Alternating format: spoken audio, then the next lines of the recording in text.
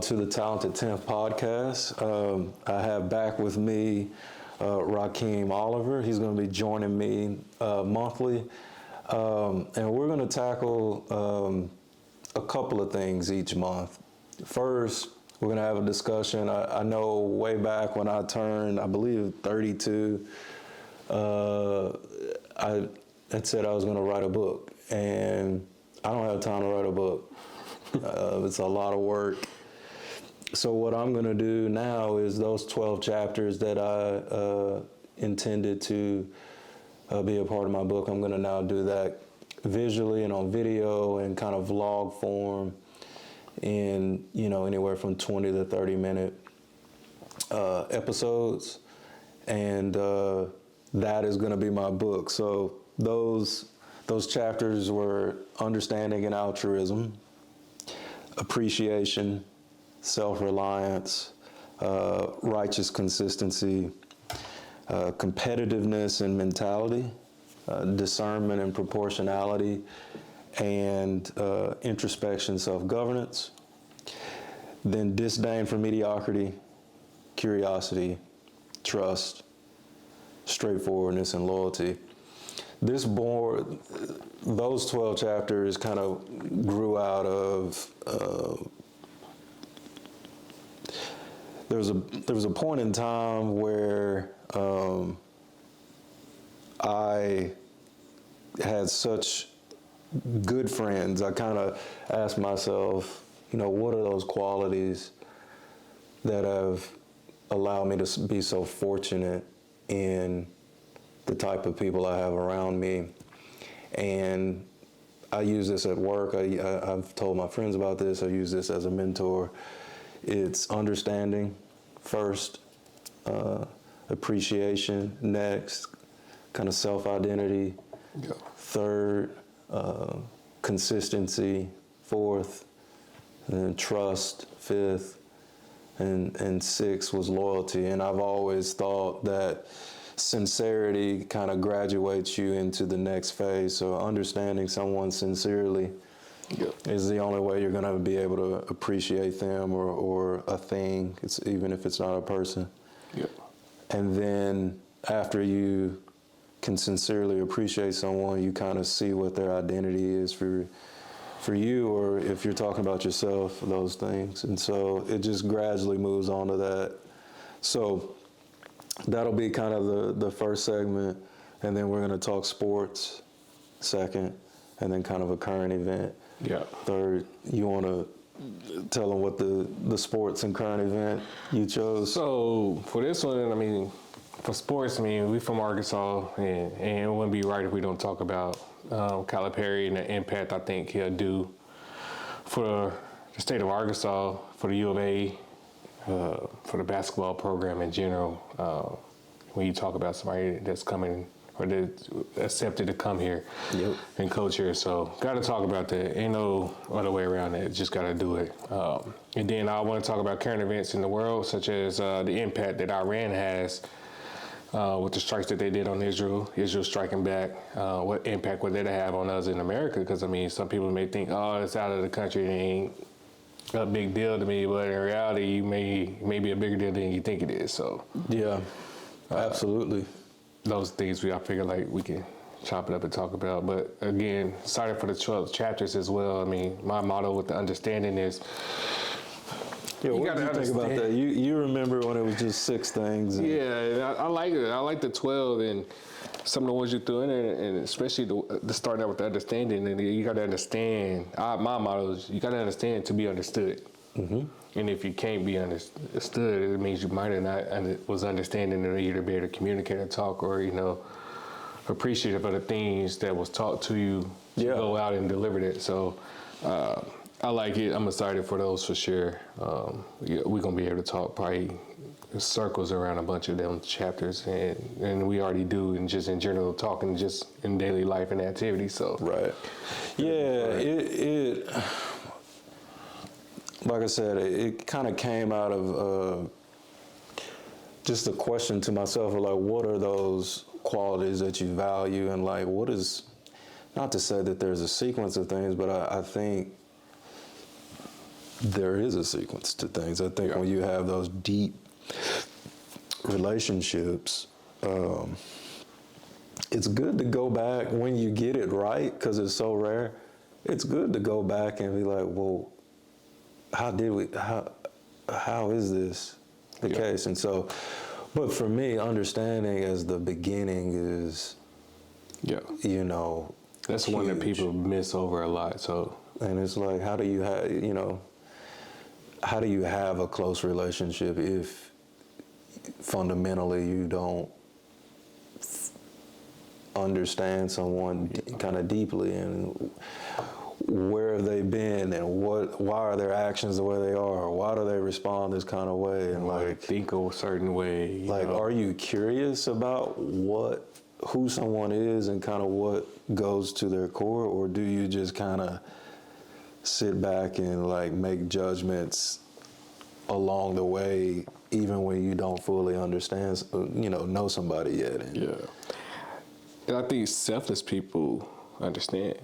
Selfish people don't really care about or understand it. Mm-hmm. And so, as you develop your friendships and you got your group, we got our tightness and our friendship, and so on, we are becoming, or was, or not as selfish. We more selfless to understand, how a person may think, or how a schedule may be set up, or how they may react to a certain thing. Mm-hmm. But some people, I don't care either way it goes, it ain't affecting me, or I'm going about my business, or.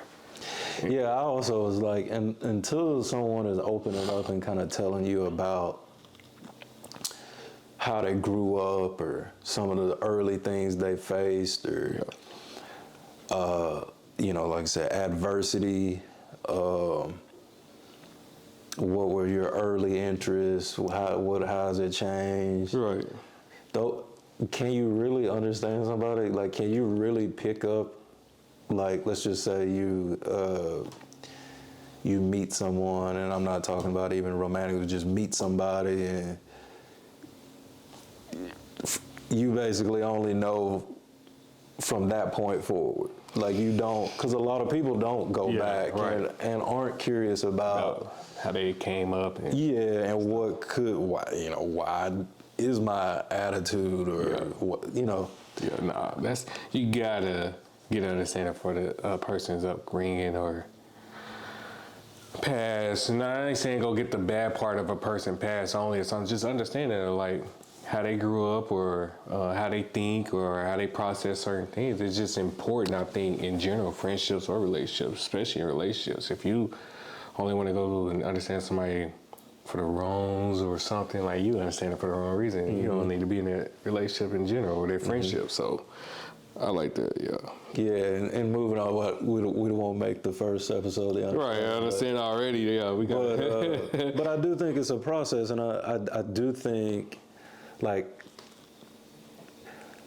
I think very process oriented, but I do that because after that you can kind of be adaptable, be responsive to whatever you're hearing or facing, or who you're sitting with. But you need to have some type of order about yourself, so you can organize your thoughts. And so, again, it was super important. It was probably after I got out of. It was when I started the podcast. So if anyone has been listening since the beginning, I did have a stretch there where I talked about those 6 things. Yeah.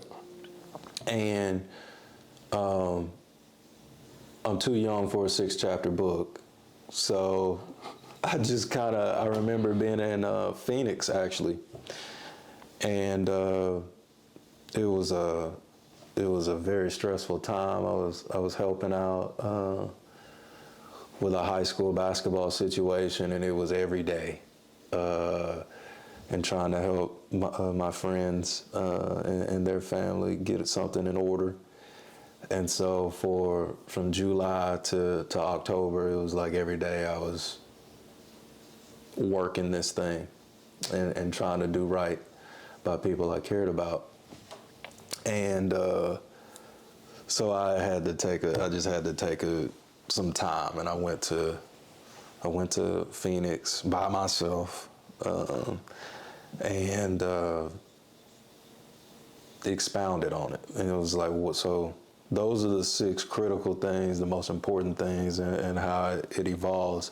But what are other good characteristics that are important to add into it? And so that's when it became 12. So I'm excited to go on this introspection journey, because I like to look deep within, and Well, that's the thing, like you was just anxious to saying. hear how you react to them. Like you said, you was helping somebody from July through August or whatever. October.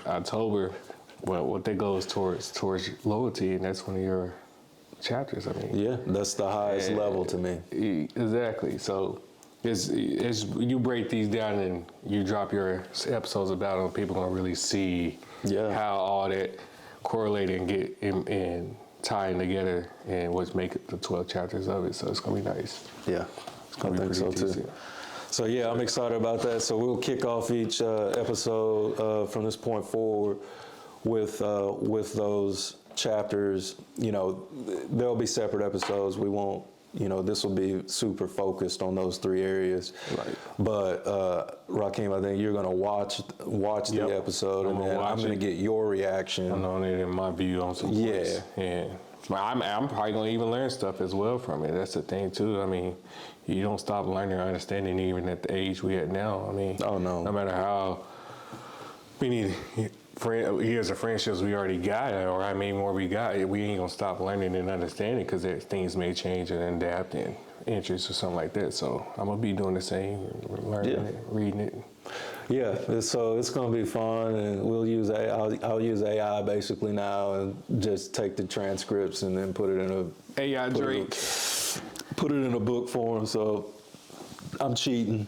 It's the easy way out, but so excited about that. Yeah.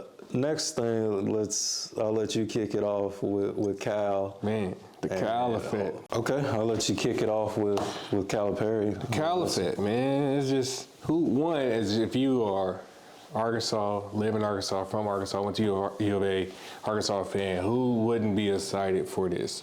I understand we lost Bus, but like, I guess my question is, and my excitement is, one, what effect do he got on coming to Arkansas? Mm-hmm. What good do it do economically? Mm-hmm. And just in general for a sports standpoint of possibly getting back to the Final Four or a national championship. So my view, I think, is great economically. The money they paid him, he's gonna make that back times 10. It just, the effect he got and the people that he had, that's from celebrity status to all the first round draft picks and other draft picks that he had in the NBA that loves him, come back to where he's at, come visit players. It's just gonna fill them seats up. Season tickets is probably already sold out. If not, they will be. Anybody got season tickets? I'll take some if you don't use them. But that's what I'm saying though. Like, you got them. I mean, one, you already had them, but that just made you more excited when you heard that. Yeah, like, so economically, that's going to be interesting. I mean, I think, brands matter, and Musk was fantastic at branding. I think Cal can be what Musk was for Arkansas fans on a national level, international level. I'm excited about and curious about how the staff is going to fill out. I think, with Kenny Payne as associate head coach, I'm excited about that. I'm excited about him. I know there are people that I trust their opinion of who think very highly of him, and not just as a coach, not as just as a recruiter, but just as a total package. So, and then, our region is growing super fast, and anytime we can bring a personality in who's also got substance about him. That's hugely important. And then also just as an SEC, with Texas coming in and Oklahoma coming in and all of that, like you just want to make sure that and I like that we're in the first year of the expansion, like we got some pop. Yeah. And that's so new for us, I think, in a way. You know, usually if I know most people was thinking lost most, and it's like, dang, Arkansas about to go back to just, you know. Well, people can't handle not knowing. Yeah, and so everybody in the, we looking at this, what was it, Louisiana Tech coach or some coach or whatever, some other coach or something turned us down or whatever. And it's just more so like, no, Arkansas really went and did that. They did that. You know, like they paid the money. They weren't worried about it. And it's supposed to be, is it $5 million committed to NIL, or is that speculation, or is that? I'm pretty positive that it'll be in that $6 million minimum range. Minimum range, which is huge commitment too within itself, especially with, I think everything or NIL is a big way of getting your recruits in and building your team now. I'll tell you what I'm most excited about when we're talking about alumni support and economically for Arkansas is, you know, in the press conference, we talked about John Tyson, who John is always liked basketball. Yep. And so that wasn't a surprise, and his relationship with Calipari wasn't a secret if you're around here. But I mean, obviously, they're not going around just telling everybody that they're actual friends. So they just that's what it is. That's what, but in the presser, they also thanked the Stevens family, which is extremely important when we're talking about Central Arkansas, and their support of the basketball program and the university is hugely important. And I think I'm glad that they've invested, but I'm also glad to have a sense that the entirety of the state is behind not just basketball, but also other sports as well. But I think, man, it really speaks to, I think in this NIL era, there's a lot of schools and alums and donors who are making a decision on which sports they're going to go all in and which sports are they going to kind of still support, but like not as much. Like, what do we want to hang our hat on? And at the end of the day,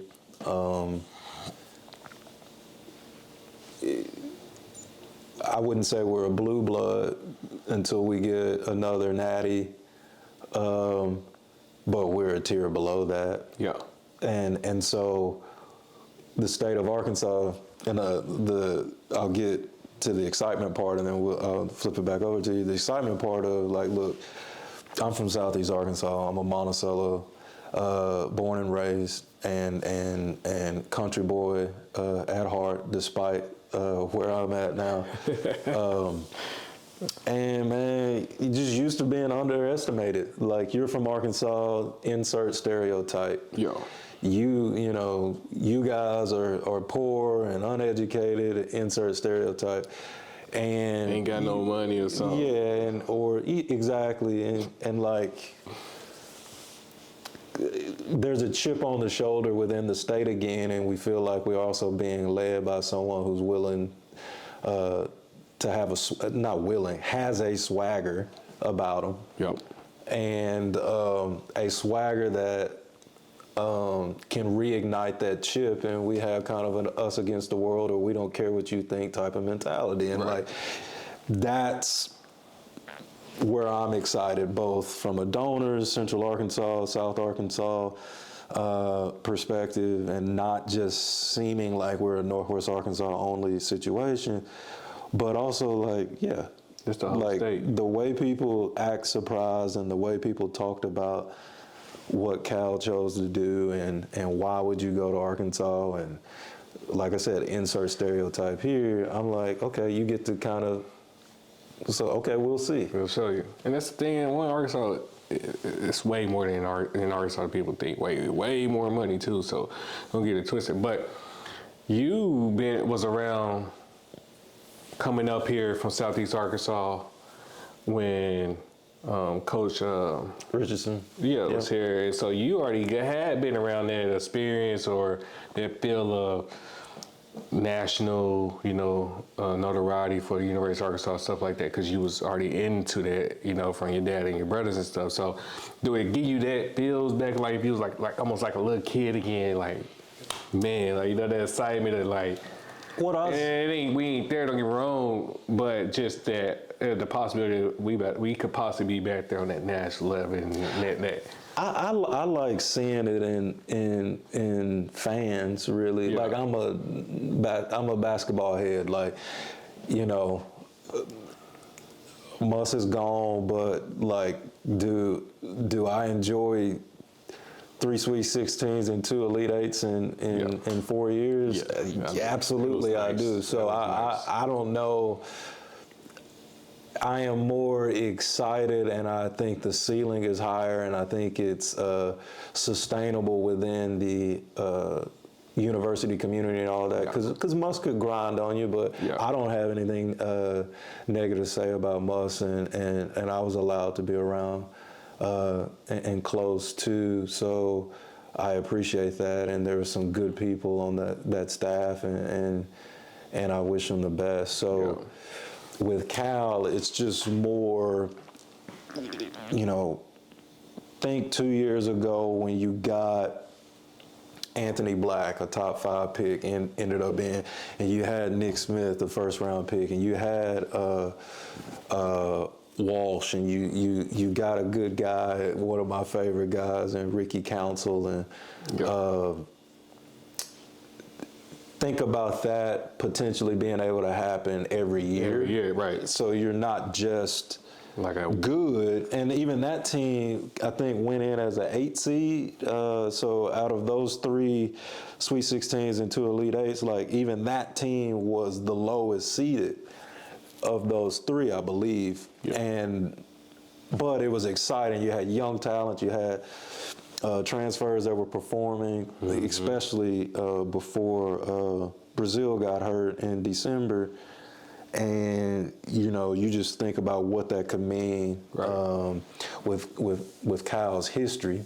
Right. And then the last piece of it is I really hope that, me and my brother and my dad, we were talking, and generally speaking, I don't like when someone goes to a new place and then that school starts showing the players from another school as if they were their own. I get that. I don't, John Wall did not go to Arkansas. Right. Shea Gilgeous-Alexander did not go to Arkansas. Cousins. But what I do think is fair game, and what I am excited about, and I hope we invest a little bit in as a university, is having a week or 2 weeks where those guys can come to Fayetteville, get good run in, have support as it relates to, they don't need you to get them houses and stuff, but making sure that the weight facilities are open to them, making sure the Jones Center, they can get nutrition, so their dietitian or whoever they use can make sure they're staying on track and be able to send that type of information to the Jones Center so those meals are made.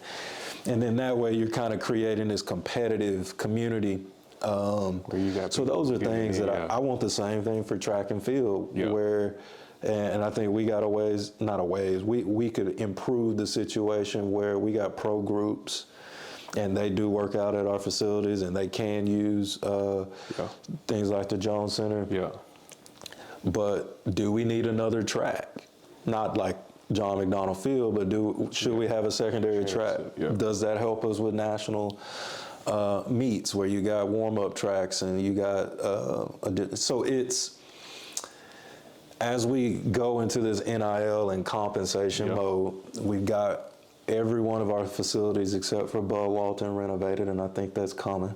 And we shouldn't do too much there because it's better to spend that in NIL. Right. But from the community perspective, if Northwest Arkansas and Fayetteville and what have you are the new Austin, as we've been saying for 5-6 years. Yeah. And the growth shows The growth that. is showing it, yep. Then we need to be professionalizing everything we do and how we look at everything. Yeah, everything that's getting touched in the facilities. And What do you think about the winning side of it, the Final Fours? And so I seen people a little bit here and there talking about he washed and all that stuff. And me personally, I don't think so. The caliber of coach he's been for the years and the sustainability he had, even in some of his down years, and the talent he has got, like you said, every year he's getting top recruits. So that speaks volume within itself. So for somebody to say he's washed or something, no, I don't think so. And now you done put him in a new program where he's probably just as hungry to show. He's not washed just as much as Arkansas is hungry to show. You know, kind of that chip on the shoulder. Chip on the shoulder. Yeah. So I mean, it's a perfect combination. So for people to think that they want to sleep on him, be my guest, but I don't think so. I do think now this year he got to fill his roster up and stuff, and so I do expect still a tournament appearance. For sure, even a deep run in the SEC tournament, or maybe even winning that. So I still expect that. But then the following year, I mean, y'all just hold on and strap up and just. So you're feeling really patient. Yeah, I mean, going into next year. Yeah, going into next year, I'm feeling patient. It's a new move. It's I mean, don't get me wrong, he got his guys, but you know, you got to get a feel. You got to get your guys in and get the summer sessions going and stuff. But I still think, you know, it's going to be a little learning curve a little bit for the most part. Getting his staff, he got, like you said, he got the associate coach, but I mean, still getting other people. So I'm patient for a year because one, I mean, unless he just all of a sudden get this one and done talent that we like, hey, he got to do something with it right then and there. But like, I don't know who all he's for sure bringing in to say like, nah, he got to get it like this year. I'm patient for a year. Then once that I know he's going to be rolling in and filling in the groove, and the support that he find from Arkansas from this year gonna really amp it up into the following year. You know what I mean? Yeah, Bud Walton's gonna be madness. I hope this roster shakes out like I think it will, and then we can be fairly aggressive in scheduling. Yeah. Home and homes and neutral site games as well, because I mean that's how you, as much as Muss did, and we had success you can't argue with. Nah. We made runs in the tournament, and one of I think that next step for the program that I'm interested to see is how do we sustain a good year? Yeah. You know, it's tough to be, well, let's just look at it. UConn this year was wire to wire the best team. Yeah. They weren't that way last year when they won it. They had stretches in that year where they didn't look particularly good. Right. So you can win it. That's why I got a lot of respect for what UConn has done in the last 2 years. They done won it two different ways. They done won it different ways, just in how they play, but they won it in different ways in that they gradually got better, whether it's a storm, got back on track and was hot in the tournament. That was the first one. And then this year it was just a systematic thing. So what I hope is, and for my own health, is we don't have to have those years where you're like 18, 20 games in and you don't know what you got. Yeah. Even though you made a deep run, I mean, it's hard to make a living on figuring it out. And I think this year was one of those years where you just, it didn't work. It didn't work. And you couldn't figure it out. Yeah. And a lot of fans stuck with you and said, well, this is how it always goes. Right. And then it never turned. And yeah, and I mean, again, Muss did a great job. I mean, like you said, the appearances that we got. And even this year, we was like, oh, okay, we just got to do a couple, get these couple games and we go in the tournament, we go on a run. I mean, that's what it felt. So if we're going to go back home, I think that's where he's from, the California area or whatever. I think it'll be good for him. But I mean, for that, I mean, it opened up the opportunity for us to get Calipari and the stuff that we I think that he'll do. Yeah. So I mean, I'm excited as a fan. It's gonna be great. You about to get more people that's into basketball that is Arkansas or in Arkansas at the U of A that probably wasn't before. They're gonna be about it. The post social media was blowing up already enough, so it's gonna take off. It's gonna do numbers, and it's gonna be great for the city. I mean, like you said too. I mean, that name within itself, and then as the whole Northwest Arkansas is growing, and the involvement of business and companies. And I mean, you never know. It could be probably basketball SEC tournament here eventually or something. You don't know, but I mean, it's a possibility with that. And then maybe, I mean, football, we just gonna see if you come, keep coming, bringing some old faces around. So we just get us somewhere a little bit. Give us a little That's probably what we got to talk about next time, because I feel bad. We'll end with this. I feel bad sometimes because just more and more people, regardless of background, color, gender, are baseball, basketball, softball, track. Yeah. I mean, that's Arkansas right now. Gymnastics, soccer, is doing great. I mean, and then it's because even at the press conference, and you're like, number one baseball, number one women's track, number two, and nothing about football. Yeah. And so we gotta. And hopefully we fix it, but we can't be spending so much money trying to be the 10th best team in the SEC. Nah, and that's the thing. We lived the glory days of when it was the Sugar Bowl appearances and the original Bobby P era with the studs of people that did it, from the Mallets and, the Greg. Shout out to Mallet in the Arkansas Sports Hall of Fame. Yep. You know what I'm saying? So we was in that era and great friends with him now to this day. And so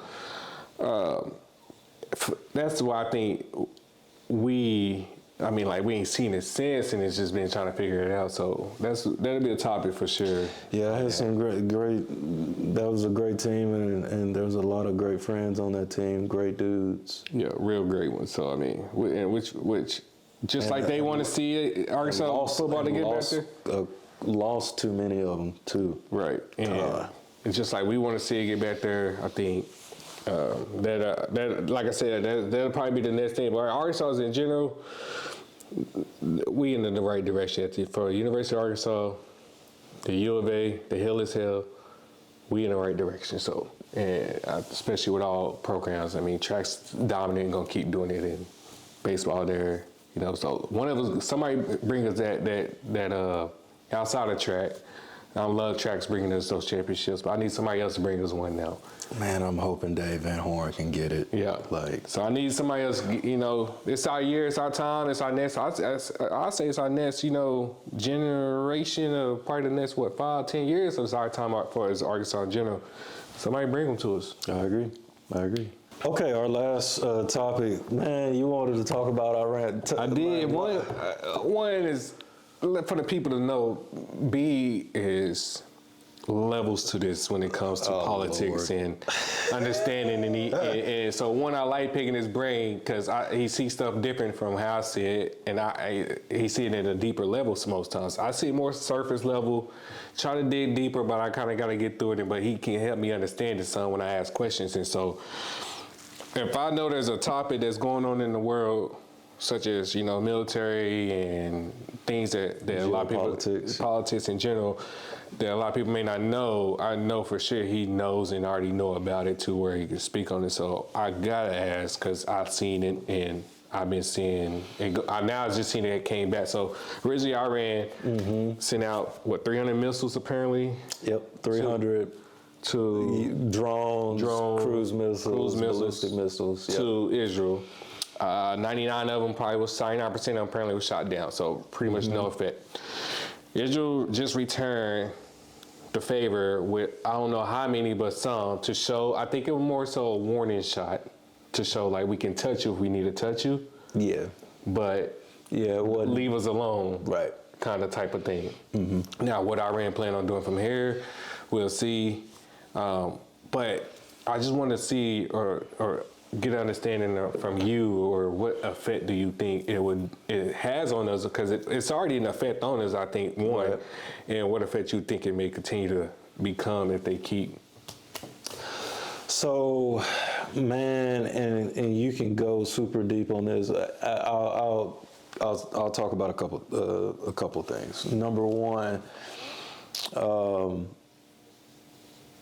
it's important to understand kind of, so you know, a bully on a playground or someone who's just antagonistic, right? Mm-hmm. And say you're the starting quarterback, right? And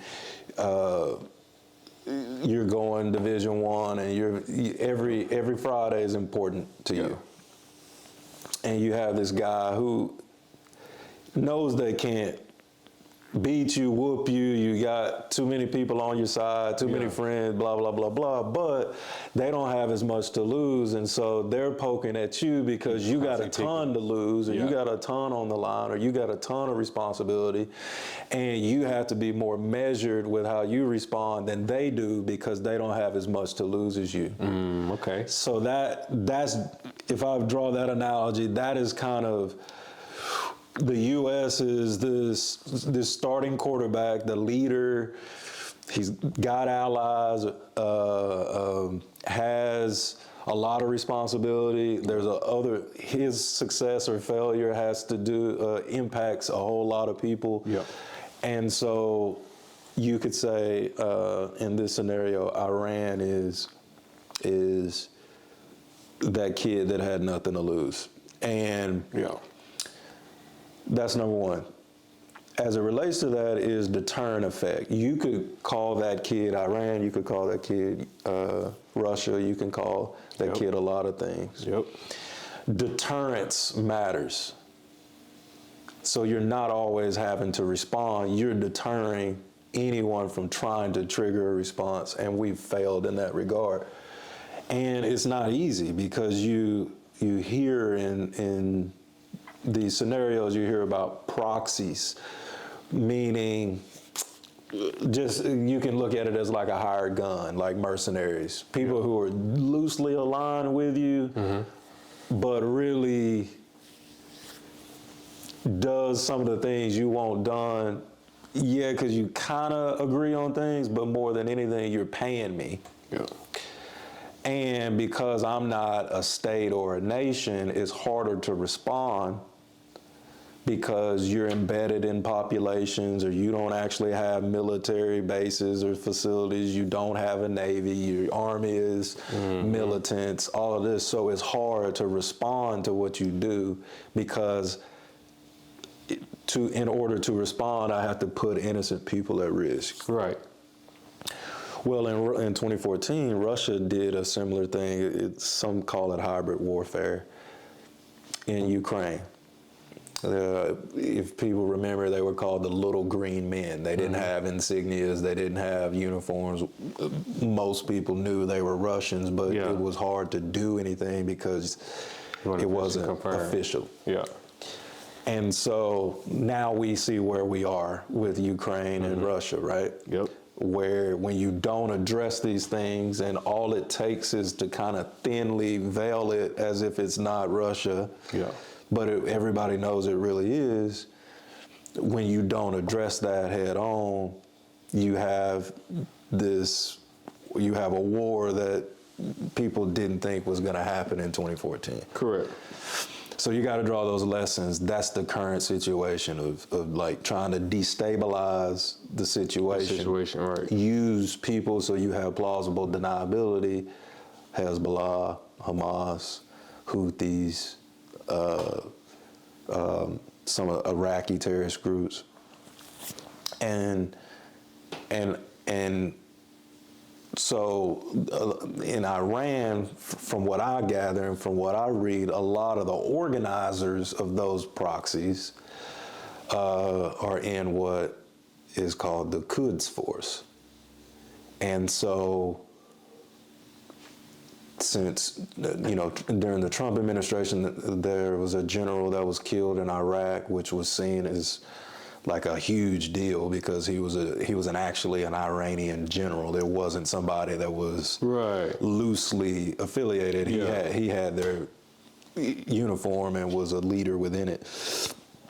And so recently, Israel bombed an annex next to a consulate in Syria, in which generals in the Quds force were there and allegedly planning ways to poke the bear and poke at U.S. and Israeli interest, and Israel decided to take them out. And so that's when you got the response of 300, because from Iran, because they were saying those Iranian generals. When I do this, I try to put myself, like, I'm not a anthropologist, I'm not a deep historian, I don't know the Persian people and the plight of modern day Iran. I loosely understand how this regime came into power. I'm not trying to act like I'm an expert on anything. But when you lose that many generals in a short amount of time, they're going to be looking at you and say, well, what are you going to do? They're finding us wherever we are with impunity, and nothing's really happened. And so they're trying to deter that. So when we talk about deterrence, it's multiple ways. True. And so they fired the salvo of 300, and they want, the U.S. and its allies helped Israel shoot these things down. Right. Which I think for us shows our capabilities. In a way that we haven't been able to show, because we haven't, like Ukraine and this situation with Israel and Iran is showing how much more superior what we have is than others. Right, and so that's helpful. Both to reestablish deterrence is when you see our weaponry and our capabilities in action. Yes. And you're like, okay. Even if they told you where things were going, most people, missiles and things like that, most people wouldn't think that you would be able to get 99% of them. Yeah. And you did. Yeah. Even if you knew exactly, that's just an alarming rate of out of 300 success. especially, And so I do think that helps with deterrence. To say, like, if you ever do this, we can intercept it. Right. And if we intercept it and we so choose, we will also be able to respond fast and with more effectiveness, because you're going to have sent your initial salvo, and we're going to be able to intercept a large percentage. It ain't always going to be 99%. Right. But our effectiveness, we can do as much damage to you with 5% of what you fire, and you shot 300 projectiles and got 6 or 7 through. Yeah. And I don't know what it is. I don't think they did much, but I think they were close to very little of what Israel shot was shot down. Yeah. And so that's how you send the message without escalating. Yeah. You kind of say, like, look, you do have a quantity advantage. Yes. Iran is way larger than Israel. Way larger, yes. They got like 500,000 plus active militaries. And so the message is, you may have a quantity advantage, but when you combine all of what my allies have, it creates that parity in defense. And I don't need to send as large a quantity, because my quality of targeting and precision and intelligence is gonna. Yeah. So, did that help? Yeah, it does, because that's the thing. Is like, so the U.S. initially tell Israel didn't want Israel to respond, and Israel's like, we're gonna do it anyway? Does that cause a problem? Kind of like how they wanted Ukraine to stop bombing Russian oil. Mm-hmm. I think oil rigs or oil places. Mm-hmm. Well, of course, because if Israel's bombing Iran and they hitting some of their oil places, and Ukraine's bombing some of the Russia's, well, when you ain't got oil, what that make everything else do? Inflation go up, right? It does. So it does impact inflation. I think that's part of the reason why the sanctions were important, is because you gradually get the community, you get that out of the supply. Yeah. So you can elevate supply in other areas so that you can manage inflation. But sometimes this stuff is just signaling, I want to say no so that there's not a, okay. so I'm not, so publicly people are like, well, I tried to stop them from doing this. And they did, okay. And you can say that, and they do it anyway, but they obviously did less than it wasn't 300 for 300. Right, they did less. I think they more so sent that message to show. Because if you look at where Israel fired missiles, it was near their nuclear research center or something. Facilities. Yeah. They didn't hit them. Yeah. But they sent a message of like, you couldn't stop it. Like this wasn't we didn't miss our target. We hit our target and you didn't stop it, but we weren't trying to hit it. Yeah. And so, in other words, if you keep on, we'll destroy them and you won't be able to stop it. Yeah. Yeah. That's how they were sending that message. And so, I mean, that's my opinion. I think that's what I think too, based off what the information I've been seeing and reading, and that's what I think is. I think Israel want to just full-fledged probably go at Iran? No, I think Iran was maybe testing the waters a little bit, but also maybe want to get a little revenge from their generals or something probably, and then succeeding. So now I think Iran's like, okay, I don't think they will retaliate, but they possibly may. Well, I think there's something still left out there from a deterrence perspective of like, these proxies, Iran, you're going to be held accountable directly from this point forward. Yeah. Of like, you don't get to go and yeah. But now Iran, you do it for me and then say, well, it wasn't me. It's like, no. Now they threw their name on it. Is what that attacker Iran did, is threw their name on all the little groups that they got. Yeah, which anyone who follows knows it, but the public doesn't necessarily really know it, but it's basically Iran throwing their name on it. And so with this going on, what do you think it does for their presidential election? Because you got Trump who come out and say, I'm going to bomb all them up, you know what I'm saying? And then, you got the Biden approach where some people sitting back thinking Biden don't do much, he's not doing nothing, they don't take Biden serious. But then, you got trigger finger on the other side. But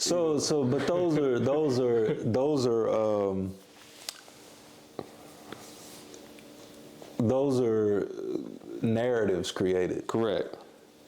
Iran bombed after they killed Soleimani, the first general under when Trump decided to take that convoy out in Iraq with an Iran general, and we knew it. They bombed the U.S. facility and injured multiple soldiers, and he didn't respond. Now, I'm not saying that was the wrong thing to do, because you don't want to just continue what they call the escalatory ladder. So that's not a criticism, but don't act like no one tried us, or no one did. And that's anything. What he's selling to sell his he's campaign. Selling that. You know what I'm saying? Well, and that's what people who don't know or don't know the true inside of the stories, where they may look at it like, well, Trump's doing something for us. Like, let me just go and mark my vote for him. He's going to back us in. Ain't nobody going to at least mess with America, or something like that. When Iran had the attack on or tried to attack Israel, they fired from Syria, Iran, Iraq, and Yemen. and they did not try to hit any American facilities. So when people say they don't take Biden seriously, they told us they were going to do it. They didn't target any of our assets or people. Okay. And they've shown the willingness to do that in the past, and they didn't do that in this situation. Okay. So what does it, if you analyze the situation, does that sound like someone that they feel like they can walk all over at this point? Nah, if you ain't targeting none of my allies or my people that I got out there that you know I got out there, and you gave me a heads up, I feel like you got some good respect for me. Yeah, and I think what is with Ukraine, and unfortunately what's happened since last October, and even worse since February when the Senate had passed the foreign aid bill,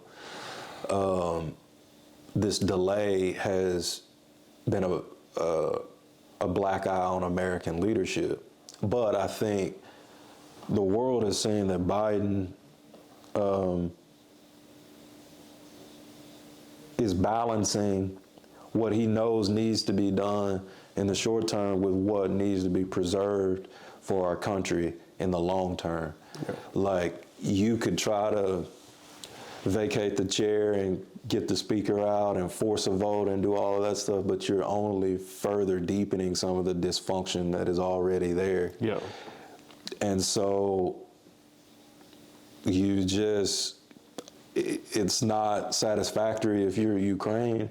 It's not satisfactory if you're Israel or Taiwan, but I believe today they're going to pass the foreign aid bill. And what people need to understand about that, and we can end on this,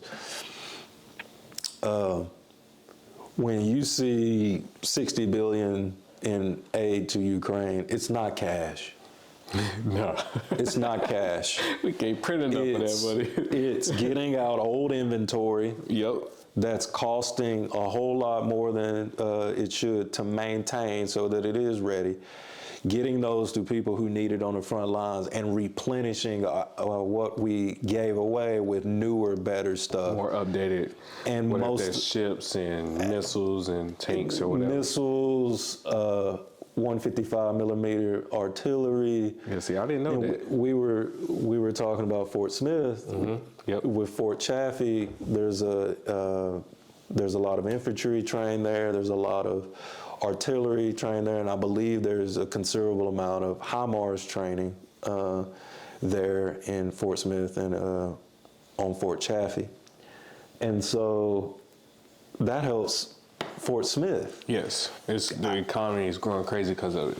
And so you got a lot more training there. You got a lot more orders. So wherever those missiles and systems are being built, I believe it was Camden, Arkansas. They used to create. I don't know if they still do. So we'll check this, but Patriot systems, so mm-hmm. Patriot missiles. Mm-hmm. I don't know if anybody's interested in all this stuff we're talking about. There was some what they call exo-atmospheric intercepts, which basically means that missiles interceptor missiles hit ballistic missiles right outside the Earth's atmosphere. So this stuff is like a huge deal. And so when anyone talks about these things like you're just handing out pallets of money, most of the cash is coming from things like the World Bank, the International Monetary Fund, and stuff like that, but financing. But that money is really actually going to American jobs and a modernizing American military. And quite frankly, given what we're facing right now, we need to be ramping up production in a way that we haven't done since probably the 70s and 80s. And we're already at historically low unemployment. So imagine imagine if we had smaller towns being reinvigorated with military manufacturing. It's just creating a lot of the jobs. Yeah, and it's protecting the United States of America too. This isn't a game. People think, yeah, no, we don't do everything right, and we don't live up to our values sometimes and our ideals. But at the end of the day, the people who are in charge of protecting and leading this country need to be led by and have that morality within them, because there are gonna be decisions that have to be made that may not align with that cleanly. Yeah. And so when we talk about this election and things like that, we need to be electing people who begin with that moral foundation, because you're gonna be faced with decisions that you wish you didn't have to make, but that you have to, because of what you've chosen to do as president. And I think Donald Trump is a person who does not begin with the moral center. And so when you don't begin with it, and then you're faced with morally dubious choices, everybody's in trouble, because there's not that. You're recovering on the backside of it. Yeah, I mean, the guilt of it. I'm sure there have been decisions that Biden's had to make that he probably lays at bed at night and is like, tears at him. But that is what you chose to shoulder so that we can live the way we live. True. And I want people to be morally torn. I don't like when people are in leadership positions and they feel like every decision is purely aligned with whatever they're saying. Right. Like, that's not how leadership works. Yeah, no. That ain't how it goes. And so, yeah, no. That's the thing I think a lot of people don't realize or see, like you just said. Like, a lot of people just see, oh, America's pushing out $60 billion and Iran doing whatever. Trump said he'd go down there and get them all. And meanwhile, you know what I'm saying? And so that's why I think the discussion with you about it, and people need to have more of those discussions to educate and let people understand, you know, it's not as surface as you see based off an ad or a commercial or a snippet of this. You know, it's more layers to it and understanding to it to actually make you realize, like, okay, I thought this president was for me, but actually I think I'm more on the lines of this based off the deeper layers of it, or the future instead of right now. A lot of us in America is more caught up in the right now, or what can be done for me right now, instead of more so long term, like what can be done for me in the next 4 years, you know, or the 8 years. Is it, if you planning for your future or planning for your kids' future, what can be done down the line instead of right now? Because sometimes that right now decision will burn you 4 years later, instead of pushing that right decision off and doing something down the line later about taking your time, which helps you. Well, I think that might be what we touch on next time, is one of the reasons I didn't expect Biden to run a second time. Right. I didn't. I thought, you know, I just thought with his age it wouldn't happen. But I think given all that's happening in the world, it would be an extremely dangerous year. It already is. Yeah. If the world knew that America would have a new leader. Yeah. And like the strategy and the alliances and the continuity and all of that may change. Yep. And if you send that message, are you inviting more things right now? And so I think personally, and most politicians, if not all of them, are arrogant and overconfident. But I think he really decided to run in part because the risk of a change in leadership and signaling that right now would be at the time of what's going on huge. Yeah. And so, though he may not be the candidate that most people thought would be running, I think he thought for the good of the country, I gotta run. I got to. And I can't risk, I beat this guy before. Right. I can't risk especially when he got to putting up someone untested to try to beat him when he's he has no shame. He's willing to do whatever, really. Whatever. Yeah, that's another topic for sure. Just all the stuff he's willing to do. The topic that I will explore is one of the reasons why I respect and I'm okay with Biden running now is because of the choices that he was willing to make during this 4-year term. The majority of the things that he did that were historic, let's just be clear, are on a 10-year time horizon. And what I like about his age is he can look people in the eye and say, the majority of the things I've done, I'm doing for you. My age alone tells me I won't even be here to see it. Yeah, I may not even be here to see it. Yeah. And so I am trying to do things for the next generation, truly. Yeah. When we're investing in infrastructure, when we're investing in semiconductors, when we're investing in EVs and hybrids, and when we're doing all of these different things and making these investments in manufacturing, rare earth minerals, all the stuff. A lot of that, for me to get yeses, these were bipartisan, but for me to get the yeses from the other side, I had a lot of it, the results were delayed. Yep. Because they didn't, you know, a cynic would say, because they didn't want the benefits to show up until you were potentially out of office. Yeah. And I was willing to say yes because it was the best thing for the country. Best thing for the country. And that's so those are the stories that I hope are start coming out because I believe that. Yeah. Yeah, and we'll get into that. We'll definitely get into it. I mean, discussion, it needs to be more out there. I mean, that's what I like about it, just us talking and understanding, me learning something new today on just something we're dealing with politics that, you know, sometimes reading it just goes over people's heads. So I'm all for that. And like you said, you sometimes right now ain't the best people. Sometimes the long term or the thinking of the future is better, and that's in anything. And when you go, oh, I need to get this right now, then you look up 2 years later, wow, man, why I go buy that? You know, Yep. It's just how it is. So yeah, and the beautiful part about voting is you get a choice, but the thing is you don't get to pick your choices all the time. Correct. You get to give your opinion on who you think it should be, but ultimately most things are this or that. Yep.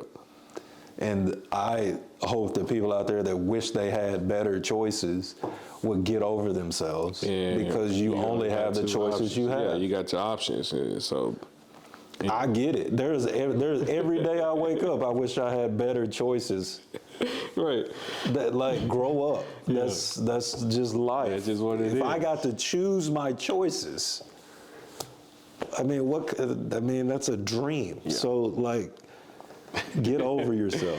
Yeah, that's just what you got. You got to dealt. What's it say? You got to dealt. Play the hard. Play the hard you dealt. Yeah. So there you go. I mean. So I hope y'all like this format. This is how it'll be. Hopefully, 3 quick hitters and get conversations with us. And I don't know, we may have a guest every now and again, but just the feedback from the last episode, and we've been talking about this for a while, and is like just give you a glimpse into. Like, there's just a lot of misnomers about, like, what the fellas can talk about. Yeah. And, like, it's just wild because you should be having worldly conversations as you get older. 100%. And I think that's, people think, like, oh, y'all just talk about bullcrap. No, this is what we talk about. This is the questions we talk about. Not just on camera, outside of it. And I may ask, I'm like, what you think on this? Or we got a group, me, you, Mike, Dub, and you go in there and ask, hey, what y'all think on that hire? Or that, like, that's just us and how we talk, and especially as we get older, and just as the world shapes and the decisions. Well, I don't have kids, but I mean, you have kids. You should be caring about how the world's shaping up if you have children. 100%. I don't have children, and I care about it for the kids that I care about in my life. Yep. So, like, that's a big thing within itself, yeah. and if you don't care about how the world's shaping, if you got kids, you might want to start looking more into it and understand it, because these kids will be grown before you know it. And they get And older. discuss. Don't just read what the algorithm's feeding you. Like, No, discuss and understand, but get another perspective to understand. It goes back to understanding. So talk to things that can talk back. That's what I say to people. Like, you're not having a conversation on social media. Like, I mean, it's just not. Even if people are going back, it's not real. I mean, that's the thing about talking to somebody to talk back, because you're gonna have different views. We had different views on different stuff. We even, if you get into music or whatever, like as we get older, our music change or whatever, we would discuss, hey, I see music this way. You're gonna tell me, well, I see this way. Okay, and we gonna discuss and like, okay, I see that view. So yeah, I mean, that's just what it is. it is. Drake's number one. So we will. Hey, you know what? Drake's about to be an Arkansas talk to y'all fan. later. This is how. So he coming to Arkansas. So I guess, you know, if we get him in Arkansas uniform and Arkansas gear, he's number one. Oh God. So we'll rock with that. I appreciate y'all, man, for listening to us and hanging out with us. Push-ups in the park. We'll talk to y'all. This is what you're gonna get. So You better get on, Kendrick, man. this is the Talented Tech podcast with Brenden and Rakeem, and there's more to come, and we'll see you soon. Yes, sir. It was.